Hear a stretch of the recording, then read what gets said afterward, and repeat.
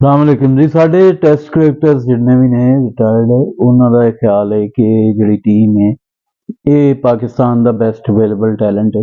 पर मेरा ये मनना है कि ये बेस्ट अवेलेबल टैलेंट नहीं है। साडा जिहड़ा सिलैक्शन का सिस्टम है या क्रिकेट का सिस्टम उहदे देहातां दे कस्बियां दे छोटे शहरां दे खास तौर पर तहसीलों के मुंडे तो आते ही नहीं, बच्चे उन्होंने तो मौका ही नहीं मिलता है। वड्डे शहरां लई कि जिन्ना को कोटा होंदा है वो खा पी जाते हैं। उनदे विच भी सिलैक्टिव क्लब ने और क्लबां दे विच भी फेवरेटिज्म हो रहा होंदा है। जिहड़े सिलैक्टिव क्लब ने PCB दे और सारे जिन्हां च सिलैक्टर्स की सलाम दुआ है या जिहड़ियां अकैडमियां इन्हां बनाईयां ने पैसा जाया कीता, उहदे विचों कदी भी जिहड़ा बेस्ट अवेलेबल टैलेंट है वो नहीं हो सकता, क्योंकि पूरे मुल्क दी टैलेंट तो बाहर रहिंदा है।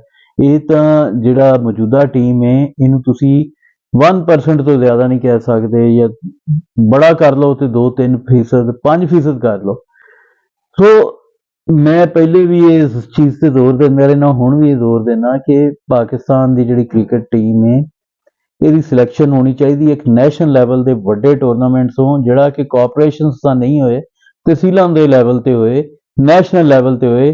टोटल 400 तहसीलों ने, 400 तहसीलों के आपस में नॉकआउट बेस से मैचेस होन, उन्हां दे विच जिहड़ी टीम हारे उनदे विचों जितन वाली टीम नूं ये इजाजत होवे कि 3 या 4 प्लेयर वो उनदे विचों अपने विच ऐड कर सकदी, अगर वो चाहे, अगर उन्हें लगे कि वो अच्छे बॉलर ने, अच्छे बैट्समैन ने कोई हारन वाली टीम दे विच, ते उन्हां नूं लैके अगले राउंड च चली जाए। 200 टीमां रह जाणगियां, उस तो बाद फिर जो नैक्सट राउंड होवे ते 100 टीमां जिहड़ियां आण, उन्हां दे विच भी यही क्राइटेरिया होवे कि हारन वाली टीम दे विचों जितन वाली टीम नूं इख्तियार होए कि उहदे विचों 3, 4, 5 मुंडे अगर उन्हां नूं लगे कि अच्छे ने और जितन दे काबिल हो सकदे ने, परफॉर्म कर सकते हैं अगली स्टेज से, तो वो लै लै जान।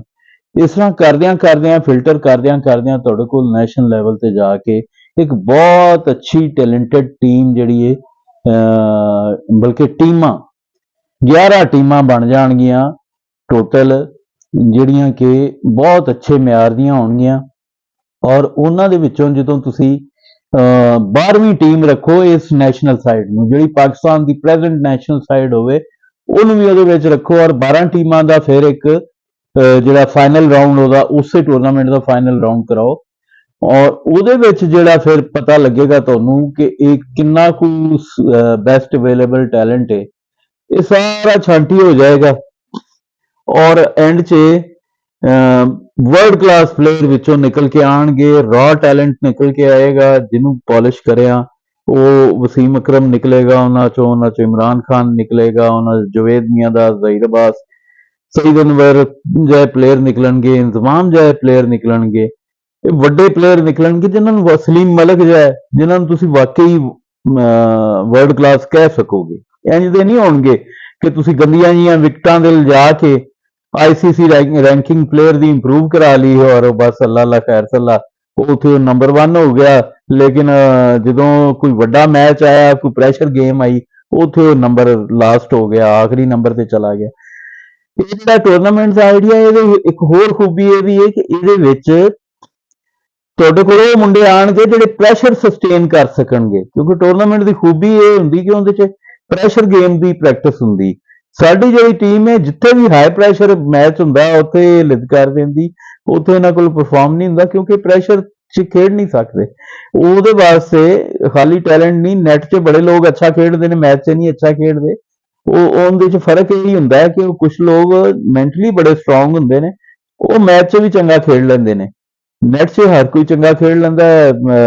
शोएब मोहम्मद सी, हनीफ मोहम्मद साहब का जिहड़ा बेटा सी, वो बड़ा अच्छा नैट का प्लेयर सी, लेकिन कभी इंटरनेशनल लैवल पर परफॉर्म नहीं कर सकिया। सो ये बेस्ट तरीका है टीम सिलेक्ट करने का। और किसी ने कहा कि जी इंफ्रास्ट्रक्चर नहीं है, इंफ्रास्ट्रक्चर मैं दसदा जा कि साडे दौर से तहसील लैवल पर भी टूरनामेंट हुंदा सी, डिस्ट्रिक्ट लैवल पर भी टूरनामेंट ऑलरेडी हुंदा सी, और साडे दौर से सरकारी स्कूलों से स्पोर्ट्स फंड भी हुंदा सी, स्पोर्ट्स का पूरा समान भी हुंदा सी हॉकी क्रिकेट का, जिहड़ा कि हुण नहीं है।